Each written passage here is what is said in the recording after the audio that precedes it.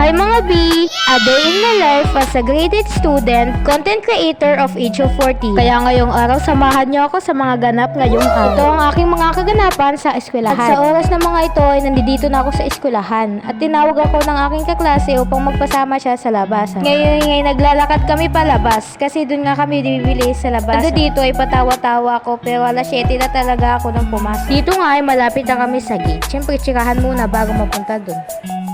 Alam mo din nakapag-vlog. Ngayon pupunta kami sa lahat. Kismosa kayo? Ano ba kasi? Ako? Ay, dyan yung maritis. Wala ba kasi kismosa? Punta kami guys sa lahat. Magpaling kita dyan. Pupunta kami guys sa lahat. At kita nyo nga, nagsisihin pa nga ang mga babae. Banda dito ay nasa labasan na nga kami.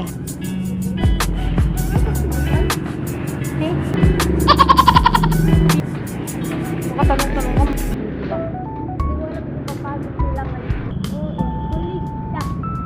Pulis siya.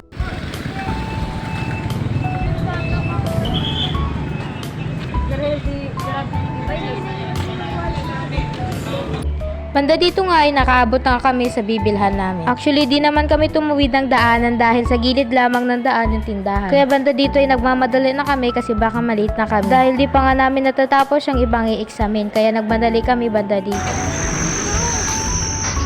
Andito? Ano? Alam mo po. Flower heart lang. Ito. Ano po? 25 to. Yan lang. Wala Thank you po. Kasi natulog po ako. Papasok na kami, guys.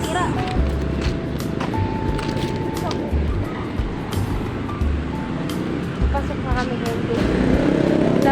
Pabalik na nga din pala kami dito sa school dahil nga tapos na kami bumili. Ang pagpasok nga namin sa gate, di ko na nabidyohan dahil sobrang daming tao. Dito nga ipapasok na kami ng room. At kung kita nyo naman ay papalakad na nga kami papasok sa room. Nauna na nga din pala yung isa naming kaklaseng pumasok sa room dahil nagmamadaling at may susulatin pa daw siya. At kita nyo naman sabi magsusulat pero gumala pa rin talaga at bumili sa tindahan. At banda dito ay tawang-tawa nga kami dahil nahihiya nga daw silang mag-video. Aba magtiis kayo, ginusto nyo yung sumama kayo sa video ko. Kaya yan, tignan nyo, papost-post na lang tong kasama ko dito parang hindi nahihiya. Walang hiya-yar. Diyan, tignan mo nyo naman yung pagmumukha, be. Mukha pa ba yan? Sobrang happy mo naman. Parang kanina lang hiyang-hiya ka. Sabi ko akong bibidyohan pero ba't mukha mo ang binibidyohan mo?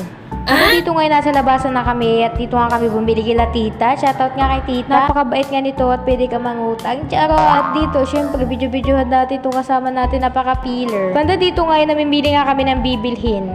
At syempre, mahirap mamili pag ikaw talaga ang kakain. Ilapag ko nga muna yung cellphone dito para mabidyohan lahat ng kaganapan. Kaganapan? Hindi! Hindi nga din ako mapakili dyan kasi nga tignan nyo naman yung kasama ko. Kutkut dito, kutkut doon. Kaya tignan nyo, napapatingin na nga talaga ako sa mga ginagawa tong mga to. Hindi kayo nahihiya? Banda dito nga nakapili na nga din sa wakas itong kasama ko. 100 years ba naman kung makapili Kala mo talaga mapera. Hindi! At tignan nyo, nag-iisa, dalawang isip pa nga yan kung bibili niya nga talaga o hindi. Bilhin mo na, tagal mo no? At sa wakas nga tignan nyo at kukunin nyo na nga rin. Yan na nga bibilin pero 100 years na talaga. Over makapili no? Kala mo talaga ang daming pera yan. Dito ngayon natatawa nga ako dahil nahanap kong string nasa harapan ko lang pala. Ay, Diyos kong mata talaga to, nasa harapan na yung string di pa nakita. Kaya tuloy tawang-tawa kami dito dahil nasa harapan ko na hindi ko pa makita yung string. Kaya ngayon nakita ko na yung string ay kumuha na rin ako agad ng makaalis na din. Charot. Kitang-kita nga sa mukha ng babaeng to, nakagastos na naman siya nang wala sa oras. Ang aga-aga nga bumili agad ng malamig sa tiyan Dito ngayon nag-aaya na nga sila ng pumasok sa room pero sabi ko, sige na nga papasok na tayo. Kaya dali-dali ko nga kinuha ito at naglakad na nga kami papasok sa room. Dito ngayon pinapakita ko nga sa inyo yung binili ko. At pagdating nga dito sa classroom, may tignan mo naman ng babaeng to, hindi mapakali kung sino-sino ang pinapakita sa video. Na para bang napilitan lang talagang sumali sa video ng babaeng ito. At dito ngayon pinakita ko nga din kung si April na parang hiyang-hiya at tarong-tarong talaga sa video. Aba. At tignan mo naman to si Samantha, extra talaga. May binulong pa nga siya dito pero di ko marinig kaya sabi ko pinaulit ko nga sa kanya ng pinaulit, yun pala ay period niya pala yung pinagsasasabi niya sa akin. Kaya nagulat nga ako dahil sabi ko, dalaga ka na, B! Di ka na Uy! Kaya tignan mo naman yung pagmumukha niya dito na parang first time niya talagang namata ng dugo. Ay! Kaya tignan mo nga ito yung tawang-tawa nga ako sa kanya dahil first time niya pala talaga. Papungus-pungus naman to, kala mo talaga kung siya yung pinapakita ko dito. Dito nga itawang-tawa ako pero ngiti lang yan, BPO deep inside talagang alam mo yun, stress na ang babaeng ito, pati itong isang to. Dito nga kung makikita niyo, nagchichismisan talaga sila. Nung natapos na sila magchismisan, ay lumapit ako dito sa isa dating bestie. Nagsiselfon nga siya dito at nanonood lang at syempre nakikinood din ako dahil wala akong magamit sa cellphone. At tignan mo talaga itong babaeng to, focus na focus sa cellphone at habang ako focus na focus talaga sa pag-inom nitong pancham na binili ko kanina kila tita. Dito nga binilisan ko na din itong video dahil talaga napakahirap mag-voice over. Lalo na ang daming bata talaga dito at ang hirap talaga maghanap ng tiyempo kung saan hindi maingay. Balik na tayo dito sa video, tignan nyo naman kami dito focus na focus sa chismisan. Mahaba nga ang oras namin dyan na magchismisan dahil nga wala kaming klase at tapos na nga din ang exam. Kaya habang nagchichismisan ay tignan nyo naman ang mga pagmumukha nito na para bang si ano yung pinag-uusapan. Hindi, wala kang pinag-uusapan kahit sino dyan. At tignan nyo naman ang kilay ng babae nito na pangat-angat pa talaga na para talagang napaghahalataan talaga na chismosa tong mga to dahil kitang-kita sa video na kahit talaga anong anggulo ay tignan nyo naman ang kukulit. Tawang-tawang ako dyan dahil pasayaw-sayaw nga talaga dito si Aris. At habang ako ipatawa-tawa, tignan mo naman tong isang kaibigan ko dito na parang nalulungkot. Miss niya na daw si ano. Inawi niya na lang talaga sa tawa kasi sabi ko naka-video ko, hindi pwedeng hindi ka makitang malungkot, B. Dapat itawa mo lang yan. Fast forward nga tayo dito nga ay tanghalian na at hindi talaga kami kumain ng kanin. Ang kinain ko lang talaga yung mangga. Ito sinabi ko guys.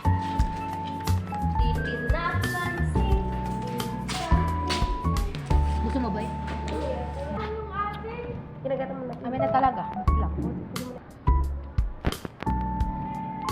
Hindi kami kumakain tanghali, guys. Kanina nag-fishbowl kami. Tsaka gusto na. Hindi ko na nabidyohan. So, ito na lang. Kuya nga. Usay na lang to, boy. Iyaw ko na, guys. Sarap sana pag may sili. Wala ba sili? Meron kanina, binigay ko kay Orly, niluwa niya naman. Dito kami ngayon guys sa... At dito ngayon nagsasabi ako sa inyo na dito nga talaga kami kay Sir Tom nakaroon ngayon. Kitang-kita nyo naman siguro sa babaeng to na parang hindi talaga siya nangihinayag na talagang hindi kumain ng tanghalian. Nasanay na nga din kasi ako nang hindi kumakain ng tanghali kapag may pasok. Kaya minsan talaga pag uwi ko ng hapon doon na lang din ako kumakain.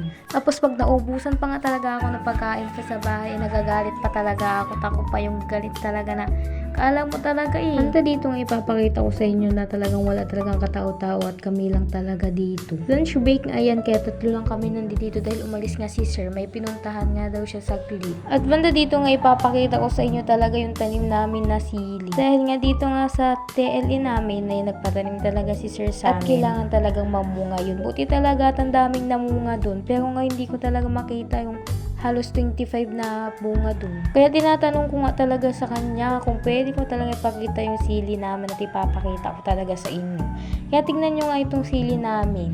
Bali, yan na nga lang din pala yung sili. Dahil di ko rin talaga na-record at nabilang kung ilan lahat sila yan. At pagkatapos ko din ipakita sa inyo ay pumasok na rin ako at nagdadadada na din ako din sa kasama ko. Dahil sinabi ko nga na ilang piraso na lang yung sili dun. At tignan nyo naman yung mukha ng babaeng to. Halos ayaw talagang humarap sa camera at pawaki-waki pa nga. At dito nga sinasabi ko nga din dito kung ba't ayaw na din isa sa mga rason kung bakit ayaw niya sumali sa mga video. Nahihiya nga daw siya dahil madami daw tao. Kaya tinatawanan ko lang siya. Kaya sabi ko sa kanya, bakit ka mahihiya? Kailangan mo din naman humarap sa camera. Kaya yung sabi niya, pupunta nga daw siya dun sa akin at para makapag-vlog nga din at sumama siya sa akin. At imbis nga sumama siya sa akin mag-video, tignan nyo at nag-relapse na lang.